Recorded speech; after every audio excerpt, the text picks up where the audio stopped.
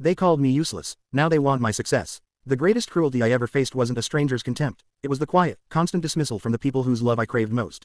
I'm Julian, 35, and for years, they called me useless, a permanent liability. Now that I've built an empire that commands global respect, they've suddenly returned, eager to claim me as their success. My life, for the longest time, was measured against the towering, impossible success of my twin brother, Marcus, 35. Marcus was the golden child, the obvious favorite. He had the charisma, the competitive fire, and the ruthless efficiency that our father, Victor, 60, valued above all else in his legal empire. Marcus sailed through law school, secured a prestigious position at Victor's firm, and was the constant, shining validation of my parents' expectations. I, on the other hand, was the enigma, the liability, and the quiet failure. My passion was in algorithmic trading, a complex, solitary world of code and data modeling that sounded like gibberish to my family. I was brilliant, perhaps even more intellectually capable than Marcus, but my approach was slow, meticulous, and completely non-traditional. I refused to work at the firm, choosing instead to bootstrap my own quantitative fund, Aethelred Capital, in the cramped, freezing attic of our old family home. The dismissal was constant, low-level, and deeply personal. I was constantly borrowing money for server upgrades or crucial data feeds, and every request was met with a sigh of profound weariness from Victor. "You're 30 years old, Julian," he would bark, his voice heavy with contempt. "When are you going to stop with these toys and get a job that contributes to your retirement? You're a drain on resources. You are useless." Eleanor, 62, my mother, was equally passive-aggressive. She would meticulously detail Marcus's latest promotion or his new investment property, while my life was relegated to a silent, embarrassing gap in the family narrative. My very presence became an inconvenience, a black mark on their social scorecard. I was invisible until they needed to lament my failures. The most painful incident occurred when Marcus was publicly celebrating his promotion to junior partner.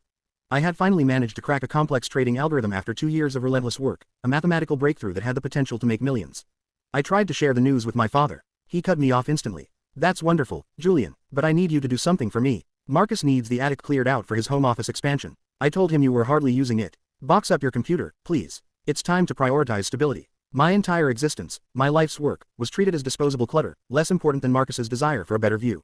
I realized then that my sacrifice, my struggle, and my ambition were completely invisible to them. I was not their son. I was a tenant failing to pay emotional rent, and they wanted me gone. I didn't argue. I didn't cry. I simply packed my few possessions, my crucial code, and walked out of that house with nothing but the clothes on my back. Their profound rejection became the only reliable fuel I ever needed. I channeled the deep, constant resentment into aggressive, antisocial work. I rented a tiny, dilapidated studio apartment and began the relentless, solitary climb to success. I cut off all contact with my family. They had abandoned me emotionally. I returned the favor with total, complete physical silence. The next 5 years were defined by pure, singular focus. I worked 18 hours a day, fueled by cheap coffee and the searing memory of Victor calling me useless. Every line of code I wrote was a silent, furious rebuttal to the life of mediocrity they had prescribed for me. My goal wasn't just to make money, it was to achieve a success so colossal, so visible, that it would force them to choke on their own conditional pride. I had no friends, no social life, no distractions. My life was Aethelred Capital, and Aethelred Capital was my revenge. The breakthrough was brutal, quiet, and decisive. My proprietary algorithms hit an explosive period of performance, and within 2 years, my small, quiet fund became a massive, undeniable force. I couldn't remain a ghost anymore. At 35, I took the fund public with a major capital raise. The business press was immediately captivated by the story of the solitary, brilliant quant who had achieved billionaire status in total secrecy. The story of my ascent, including a brief, sanitized mention of my challenging, self-funded origins, ran on the front page of the Wall Street Journal. I knew the moment the paper hit my parents' pristine suburban lawn, the temperature would shift. I was right. The phone call came from Eleanor within the hour. Her voice, usually high and polished, was thick with forced hysteria, a terrifying blend of panic and sheer, unadulterated social triumph.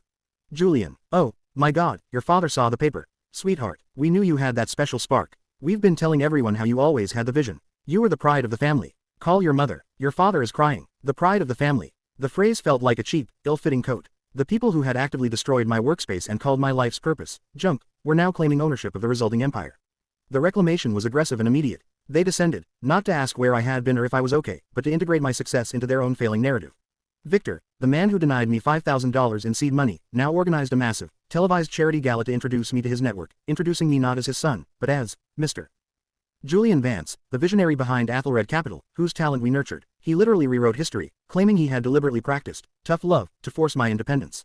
Marcus, the favorite, was the most pitiful. His stable, predictable world had been shaken by market changes. He needed my help. He wasn't malicious, he was just drowning. He came to me, asking me to use my complex algorithms to save his failing personal portfolio, appealing to the brotherly bond he had never once acknowledged in my years of struggle.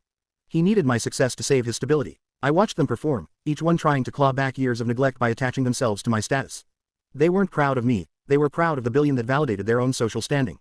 I have the power now. I could save Victor's firm from collapse with a single transfer. I could give Eleanor the social validation she craves. I could save Marcus's failing portfolio. But standing here, in my penthouse, looking down at the city, all I feel is the cold clarity of my own self-worth.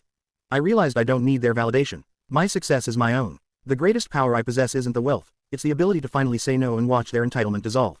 I did not build this empire to save them, I built it to free myself from their conditional contempt. The only remaining question is, do I grant them the mercy they never offered me, or do I remain absolutely silent, letting them experience the financial ruin they were so quick to wish upon me? I am still searching for the answer, realizing that the ultimate act of self-respect might be refusing to engage in their transactional reality at all. They called me useless, now they want my success. But do I owe the people who actively hindered my dreams anything at all? I want to know what you think. Let me know your opinion in the comments, and don't forget to like, share, and subscribe.